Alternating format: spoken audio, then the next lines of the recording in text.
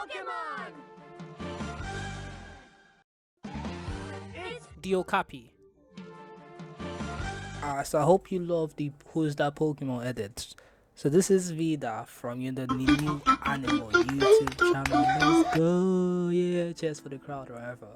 So I decided to make this channel because I realized that most YouTubers or animal YouTubers, right, they all talk about the same animals. Like give me something like new, give me something unique, right? So my first video ever is gonna be about the Okapi itself. And I know you don't know what an Okapi is. This is probably your first time seeing it. But trust me, I got you. Like today, you're going to be in class Vida. We're gonna learn some new facts about a new animal. But imagine you miss a horse, giraffe, and zebra. Like you mix that, mash it up together. That's what you get. You get an Okapi. Despite it looking like it's like a chimera of like these different animals, right? They weigh around 200 kg, 350 kg, and they can only be found in the Democratic Republic of Congo in Central Africa, right?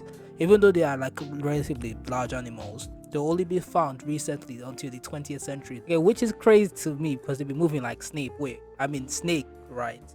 Like, how did no one find them until the 20th century? Like, were they just hiding in boxes when scientists came to look in that area? So the Okapis are from the Giraffidae family, which consists of only the giraffe and the Okapi itself, and they both come from a common ancestor called the Cantumarisk, which was around Africa and Eurasia around like 11 to 60 million years ago. So these niggas are old as hell, right? But like the difference between the Okapi and the giraffe was that while the giraffe's ancestor decided to go to like open savanna environments, right, which make their heads like longer or their necks longer and stuff, Okapi's ancestors decided, we're gonna be like slick about this. They'll stay in like dense forest environments. That's why their necks are so much shorter, because it's more practical for them. So the interesting thing about Okapis is that they're known for having a dark prehensile tongue which stretches up to 30 centimeters long. Wait, pause.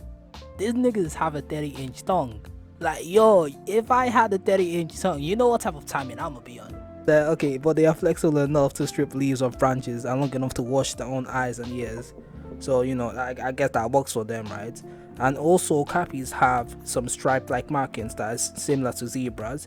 The only difference between them was that, like a zebra's stripes are around the entire body, but for the Okapis around their hind legs and quarters, which helps them break their form in dense forest environments. And the interesting thing about the Okapis is that just like zebras, their stripes are unique to each other, which means they're kind of like a fingerprint, so you can always spot a different Okapi compared to another one.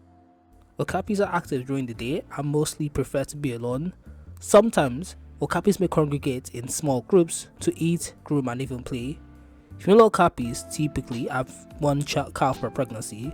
An Okapi calf can walk just 30 minutes after it's born, but can't defecate until it's at least a month old, so that's some really bad constipation right there.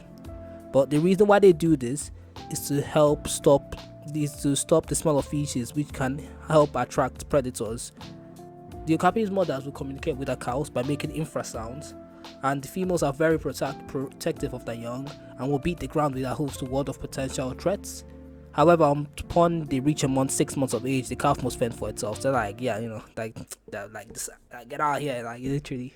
Alright, so when I was doing research on these animals, right, the one thing I found really interesting, right, was that when they breed, they make like, I don't know how to explain it, right, but they make like this like noise, like, you know what, I'm just gonna like pull it in so that you can hear it yourselves.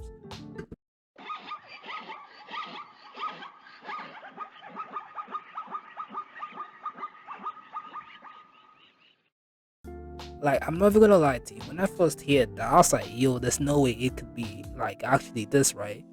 But I guess it's nature or whatever, right? It's you can't really judge it.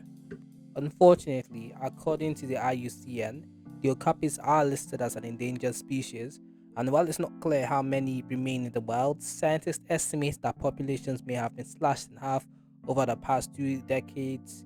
Because even though Okapis have a main predator, which is the leopard, right?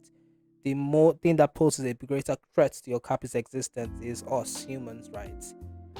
Even with all these setbacks, there's still people trying to help preserve these beautiful creatures for future generations.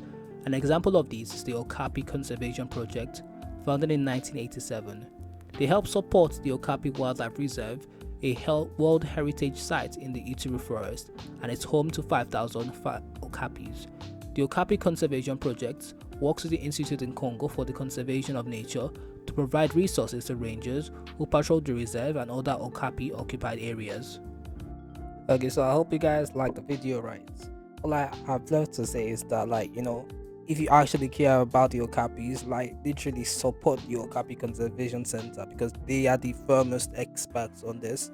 Most of the information I got was off through the website. You can try following the Instagram, which I'll put on the screen above, right? Literally, these are the best people. If you actually want to see Okapi's numbers increase and stuff, right? These are the people you need to be supporting.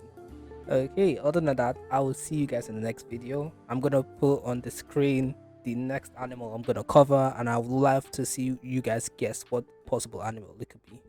Thank you. Bye.